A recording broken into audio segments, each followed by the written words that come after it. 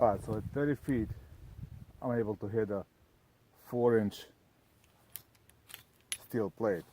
That's impressive.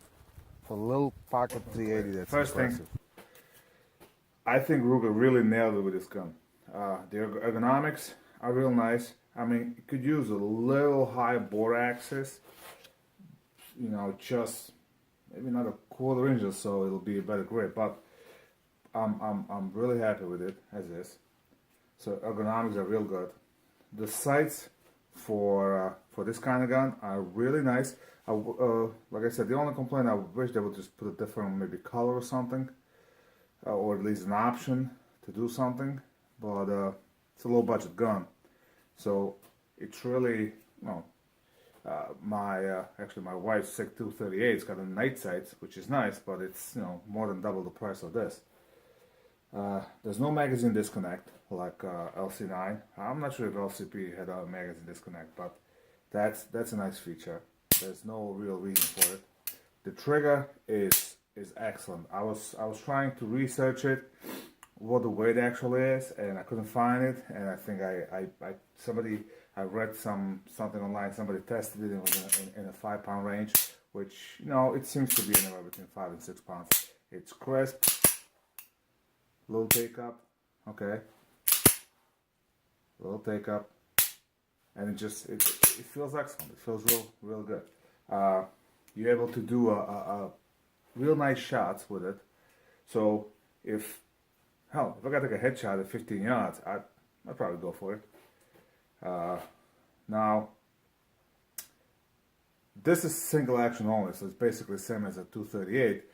The only difference is 238 has a thumb safety, which is pretty pronounced, but it's safety. This has a trigger safety. Some people, I'm actually, I was a little nervous in the beginning with a round in the chamber, have it next to the family jewels, but then I realized it's the same as 238. It's just the safety's on the trigger.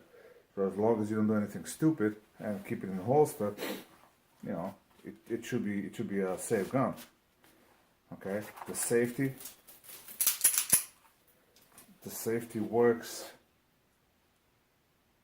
excellent. You can't depress the trigger without depressing that. You can even get it far enough.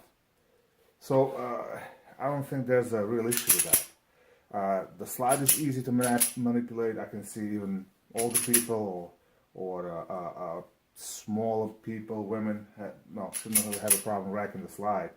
And the gun's actually joy to shoot. So it's really lightweight, yet it doesn't feel like it. Let me grab a 238 just to do a little side by side. Here's a little side by side. You can see that 238 is a little wider, and it's significantly heavier. It's this is a polymer lower. This has some kind of steel alloy. It's the grip on is about the same, and the trigger on 238 is it's actually, I would say, heavier than LCP. It's got a little shorter take up, maybe a little crispier, but shorter trigger. But it's a little heavier. I'd say at least a pound heavier. So some people might get nervous because you got the safety. All boils down to training. Now, side by side, you can see they are, 238 is maybe half an inch.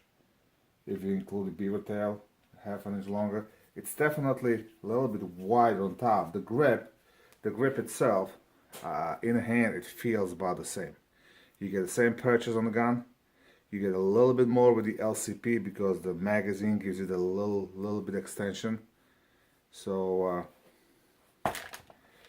considering, like I said, I mean, this was a lot more money, but it's also a lot nicer gun, a lot nicer finish. You got a dovetail sights that you can change. You don't have this on the LCP. I would actually like to see Ruger offer an option with the dovetail sights. I'm willing to pay $100 more or something if I can swap the sights to what I like.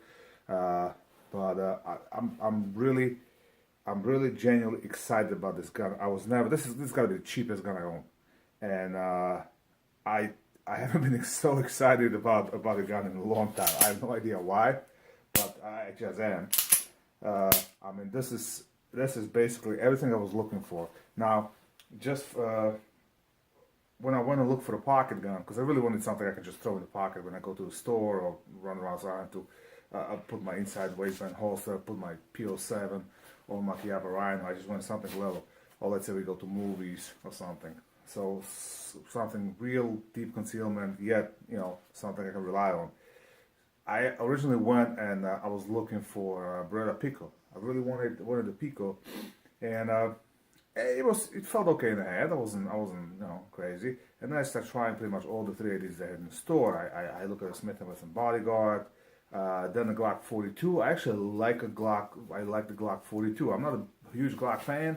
I actually don't own any Glocks, but the 42 actually piqued my interest until the lady handed this, and this was actually sold. They actually had it on hold for somebody else. I said, screw that, I'm taking the gun, wrap it up, you know, give me the paperwork.